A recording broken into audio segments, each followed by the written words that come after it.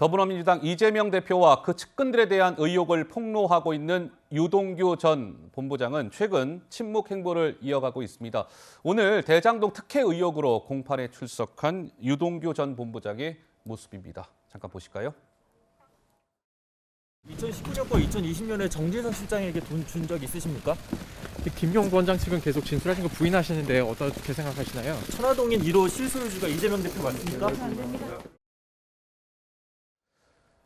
자, 여러 가지 지금 이재명 대표를 둘러싼 검찰의 수사가 속도를 내고 있는 가운데 이재명 대표의 최측근으로 알려진 정진상 민주당 당대표실 정무조정실장을 향한 검찰의 수사 속도가 요즘은 유독 좀 눈에 띄는 것 같습니다.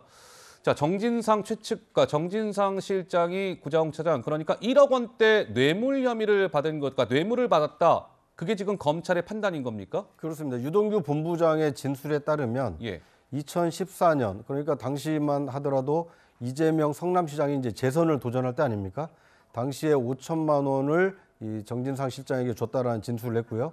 2020년에도 4천만 원가량을 줬고 그 이전에 명절 떡값 명목으로 1,000만 원을 줘서 총 1억 원을 정진상 정무조정실장에게 줬다라는 것이 유동규 본부장의 진술이고요. 이 유동규 본부장의 진술을 지금 검찰이 확인하는 과정에 있다, 이렇게 볼 수 있을 것 같습니다. 그러니까 이재명 대표의 측근들이 몇 명 있겠습니다만 여의도 정가에서는 이재명 대표의 가장 최측근은 정진상 실장이다, 이런 평가가 많습니다. 근데 검찰이 정진상 실장에 대한 수사에 굉장히 속도를 내고 있는 모양새고요. 조만간 신병을 확보하기 위해서 검찰이 나서지 않겠느냐, 이런 전망까지 나오고 있습니다. 그런데 또 하나 저는 윤희석 대변인님 좀 주목해서 본 것이 검찰이 정진상 실장의 개인 계좌뿐만 아니라 정진상 실장의 부인 계좌까지 같이 지금 보고 있다는데, 부인 계좌까지 보고 있는 건 이건 어떻게 봐야 되는 걸까요? 결국은 그 부부간에 소위 말해서 어떤 금전적인 부분을 공유하고 있다고 봐야 되지 않겠습니까? 일반적으로. 그런데 지금 보니까 그 부인 계좌로까지 넘어간 정황이 있는 걸로 이제 그런 얘기가 나오는 거죠. 그러니까 부인이 뇌물을 받았다 이런 뜻이 아니라 정진상 실장이 받아서 그거를 부인 명의 어떤 쪽에다가 놨던지 이렇게 은닉할 수 있는 가능성도 있었기 때문에 부인의 계좌까지 같이 보겠다, 이런 검찰의 생각으로 읽힙니다. 어쨌든 검찰이 정진상 실장의 그 부부 계좌를 지금 들여다보고 있답니다. 정진상 실장은 어쨌든 유동규 전 본부장으로부터 돈 받은 것 아니냐, 이런 의혹에 대해서 일고의 가치도 없다, 허구다, 이렇게 부인하고 있다는 사실도 제가 짚어드리겠습니다. 자, 다음 얘기 좀 볼까요?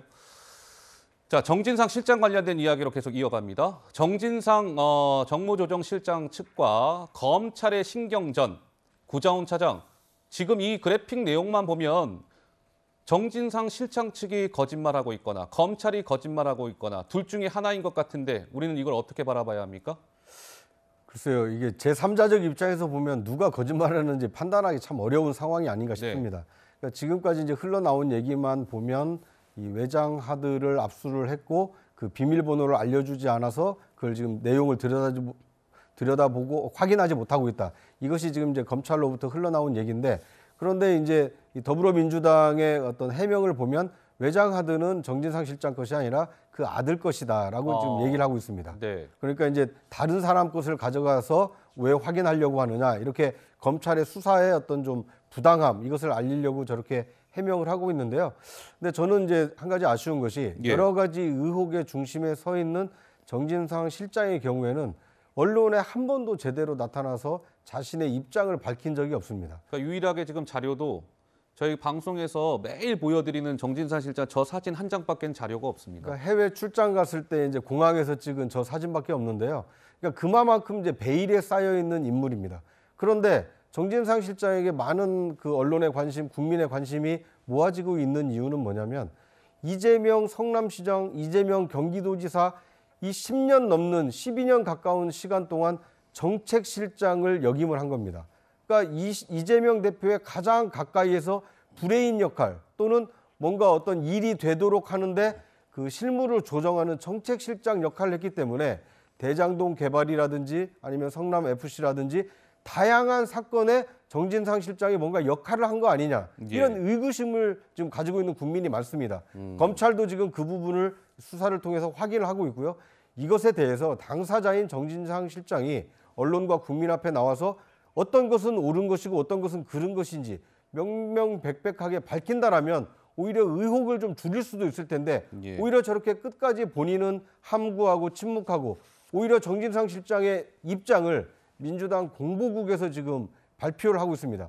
그러니까 정당의 일이라고 하기보다는 이재명 대표의 최측근인 정무조정실장이긴 합니다만 정진상 실장 개인의 어떤 그 의혹인데 이것에 대해서 공당의 공보국이 해명을 하는 것이 과연 적절하냐 이것에 대해서도 약간 의문이 남는 대목이 아닐 수 없습니다.